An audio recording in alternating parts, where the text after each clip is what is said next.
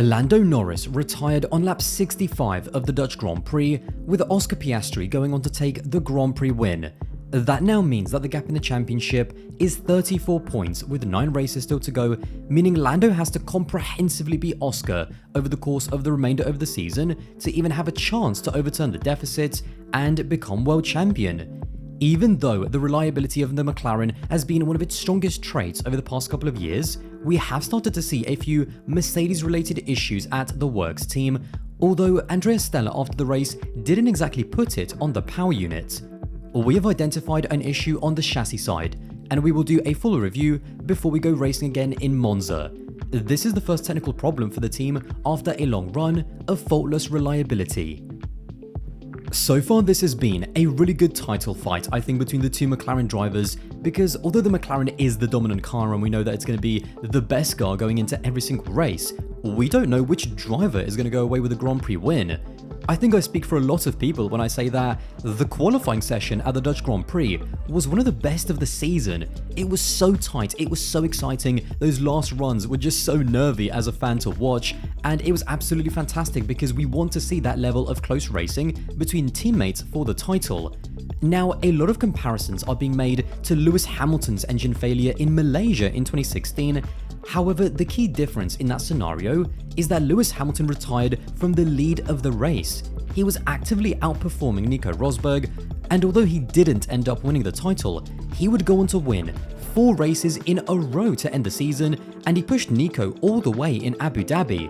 Lando's DNF is definitely going to take all of the headlines, and rightly so, but I think people need to remember that the first order problem for Lando is that once again Oscar was outperforming him. This is definitely a weekend where Oscar Piastri once again just showed his absolute class, because although Lando was the quicker of the two drivers during the practice sessions, Oscar, as he normally does, just nailed it and got even closer throughout qualifying and just peaked at the right moment, not only taking pole position, albeit by 12 thousandths of a second, and he did kind of get a slipstream at the end of his lap, which probably made the difference, but then even in the race, Oscar once again off the start was absolutely perfect, whilst Lando fell behind Max before pulling off a brilliant overtake around the outside of T1 to regain second place. Oscar from there just totally controlled the race. We knew that in Zandvoort overtaking was going to be basically impossible, meaning that the key moments of actual pressure where potentially Oscar could have lost the race were going to be at the race start and also safety car restarts. He managed to deal with that pressure, again, absolutely perfectly every single time, despite the fact that there were multiple safety car restarts. And just to underline Oscar's control of that race, he also completed his first ever career Grand Slam of pole position, the race win, the fastest lap, and leading every single lap of the race as well. Oscar was always going to extend his lead in the championship in that race regardless of what happened, and that is Lando's biggest problem. With a 34-point gap and 9 races still to go, what this essentially means for Lando is that he has to outscore Oscar by 3.78 points per race to win the championship. Now, that is actually very doable if you look at historically some of the other deficits that drivers have had. So for example, if we compare that to 2021, Lewis Hamilton had a 19-point gap to Max with just 4 races still to go, and that means that he had to outscore Max by an average of 4.75 points per race, and Lewis after that won 3 out of the next 4 races to end the season, and had it not been for that controversial safety car restart in Abu Dhabi in 2021 and had the safety car procedure actually been followed, he would have won 4 out of 4 races and won the championship. In 2016, there was also a similar situation with Lewis having a 33-point gap to Nico with 4 races still to go, and that was actually a 8.25-point gap per race that Hamilton needed to close, and yet again Lewis won 4 of the last 4 races and still lost the championship. Then going to 2012, when Sebastian Vettel had a 39-point gap to Fernando Alonso with 7 races still to go, that meant that he had to outscore Fernando by 5.57 points per race, and Seb went on to win 4 races in a row to grab some momentum. And then in 2010, once again Seb found himself 25 points behind Fernando, but this time with 2 races to go, meaning he had to outscore Fernando by 12.5 points per race. And yet again, the great champion that Sebastian Vettel was, won both of the last 2 races and clinched the title.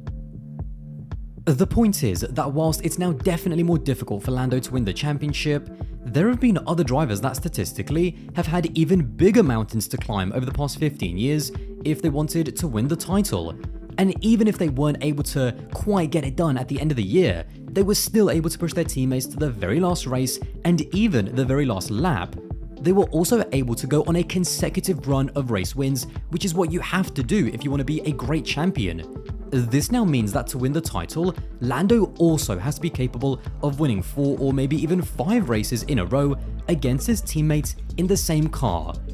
Oscar Piastri earlier in the season was able to win 3 races in a row, whilst when you look at Lando, across 2 seasons with now a race-winning car, he has only ever been able to win 2 races in a row once, in Austria and Silverstone, and even that required for Oscar to get a penalty for him to do so. If you compare it to Lewis and Nico Rosberg between the end of 2015 and the start of 2016 actually won 7 races in a row, and even Lewis in 2016 won 4 races in a row twice. Great drivers, even when they have a championship caliber teammate, are able to perform when the odds are stacked against them and when their backs are up against the wall. The fact is that so far Lando Norris has not proven or shown any evidence that he is anywhere near the level of Max, Lewis or Sebastian, and he hasn't actually shown yet that he's even at the level of Nico Rosberg. Especially in a dominant car, you have to be capable of those kind of runs because they massively shift the momentum on your side, they inject a huge amount of confidence in the driver, and they also deal a huge amount of psychological pressure to your teammate as well. The problem is that there is just absolutely no evidence whatsoever that Lando is a driver who is capable of winning 4 races in a row against Oscar in a dominant car. Having said that, Lando Norris is still a very talented and very fast racing driver, and he is more than capable from a talent perspective to win this championship. We know that the margins are unbelievably tight, and even in Zandvoort, had Oscar not had that tiny toe at the end of his lap, it very easily could have been Lando on pole position, Lando leading the race, and I think the context and the way we look at that DNF after the race, if it had been Lando who retired from the lead, would have been very different in terms of the psychological momentum. With 9 races still to go, there is still loads of races for Lando left to claw back that deficit.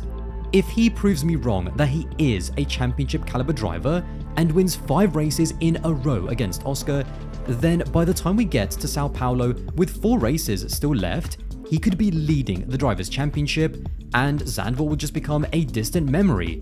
There is no doubt that luck has gone against Lando and that his path to becoming the world champion has got a hell of a lot tougher. But his destiny is still in his hands if he believes that he is good enough to win it.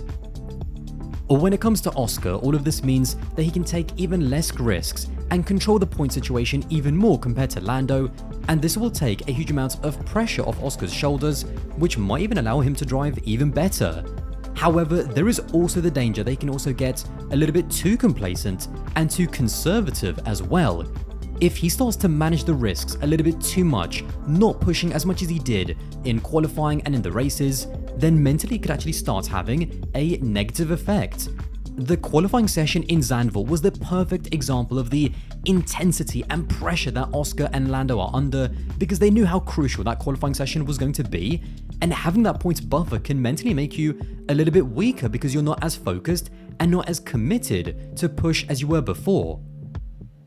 This is something that Lando could potentially exploit on track if Oscar is not willing to take the same risks as he was before. It is also a different kind of mental challenge for Oscar in terms of, can he stay focused? There is going to be a lot of noise from the fans and the media that the championship is basically over. The moment he buys into that hype and starts to feel relaxed is the moment that he will start making mistakes and could potentially make himself look like a bit of a clown. Oscar has to embrace that breathing room that he now has in the championship without it turning into complacency.